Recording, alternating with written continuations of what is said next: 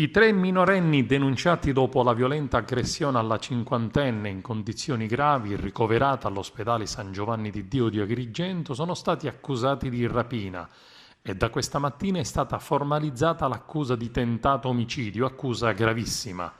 Il fatto è avvenuto lunedì scorso, 2 dicembre, a due passi dalla via Atenea, in una delle bretelle tra la via Boccerie e la via Cannameli e Vallicaldi, a due passi da piazza Ravanosella.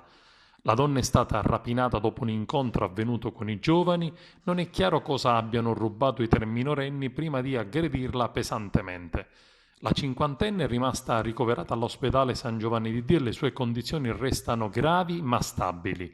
I medici infatti hanno continuato a mantenere riservata la prognosi sulla vita a causa soprattutto dei traumi e delle fratture che la signora ha riportato al volto. Un magistrato della Procura dei minorenni presso il Tribunale di Palermo si sta occupando del caso e gli inquirenti hanno già individuato il quadro che ha determinato il pestaggio, ma mantengono grande riservo.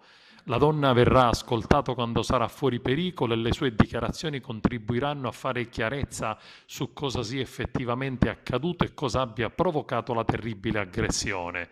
Aggressione avvenuta in quel centro storico più volte denunciato dai mezzi di stampa, luogo di spaccio di droghe e criminalità di origine extracomunitaria che le forze di polizia hanno ripetutamente smantellato.